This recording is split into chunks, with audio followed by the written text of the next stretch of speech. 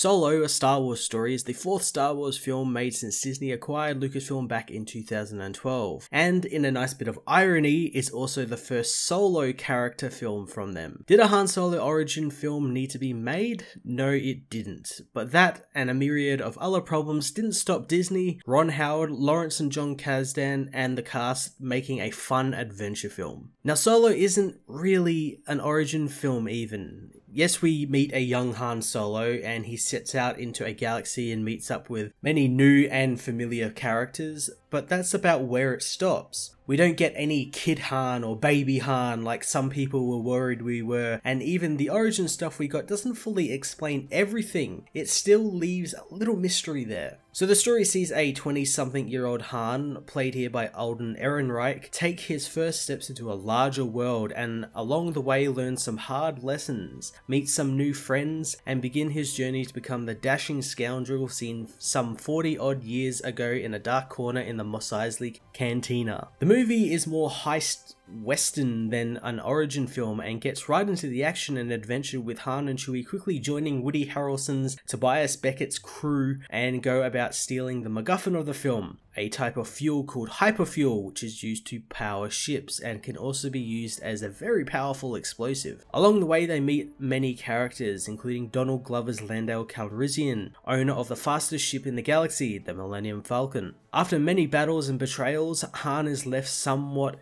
the man we see in A New Hope. But he's still not the man we know from that movie, and it leaves it in a place for more adventures and more room for the character to grow into a lovable rogue. Considering all of the bullshit that has surrounded this film, I am in awe that Ron Howard was able to salvage it into a coherent film and still keep the release date. I don't think people seem to realize the scope of this. He came in late in production when Phil Lord and Chris Miller had filmed 90% of the film. He basically reshot everything, redid the story basically with John and Lawrence Kasdan, and did pre-production, music, effects, all that sort of stuff, post-production, all that sort of stuff, and still kept the same release date.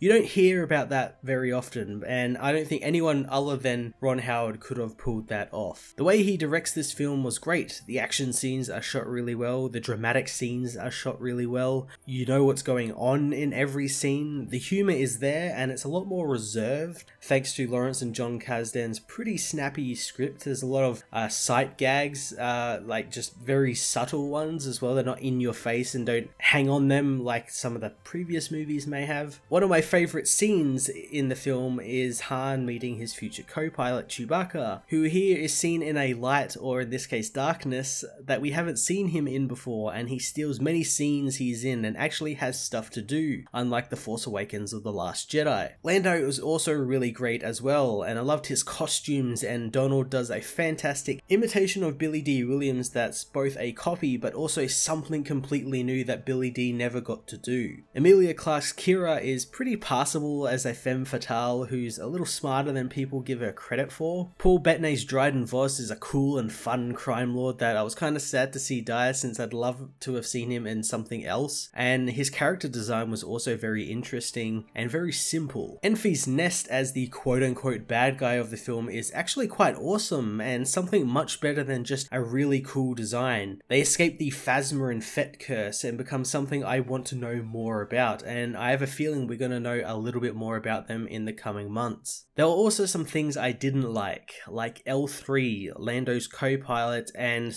it suggested that he uses her as like a sex bot, kinda. I didn't really care for her character at all. She's like this hardcore droid rights activist person, droid thing, and it just kept getting in the way of everything she said was just about the droid rights, just kept on harping on about it, like one of those, I'm probably going to get a lot of hate for this, but one of those really radical feminists. Also, some of the dialogue in the last 10 or so minutes of the film felt quite clunky and at times a little cringy. Also, the who betrays who plot was kind of obvious, and I knew what was going to happen a good 10 minutes before it was going to happen on screen, and it kind of took away that sort of surprise that I'm sure a lot of people still have, but people like me who sort of watch for that sort of stuff in films like this probably will see it coming from a mile off. There was also a really awesome cameo, which I, as a Star Wars fan, a hardcore Star Wars fan, really liked, but I think the general audience who have only seen the films will be a tad confused. The cameo I'm talking about is that of Darth Maul, who at this point in time in the canon was running the Shadow Collective, which included Dryden Voss and Kira's Crimson Dawn. It's a quick scene and it's pretty great, although I have to say getting Ray Park back as Darth Maul is both great and also not so great because he has aged and it kinda shows. Solo, a Star Wars story, was a lot of fun. It was like a classic adventure serial that Star Wars was originally based on. Ron Howard and his team certainly saved something and made it better than it had any right to be. Alden Ehrenreich is a fantastic Han Solo, not doing a Harrison Ford impersonation, but doing his own younger Han, which makes perfect sense in context of the film. Did the movie need to exist? No, but it doesn't mean it's bad, and because of it, the film is a lot of fun. I'm going to give Solo, a Star Wars story, an 8 out of 10. Hey everyone, thanks for watching my newest video. If you enjoyed it, you might also like to check out my other reviews here on my channel. You can also follow me on various social media platforms like Twitter by searching Matt_FOS,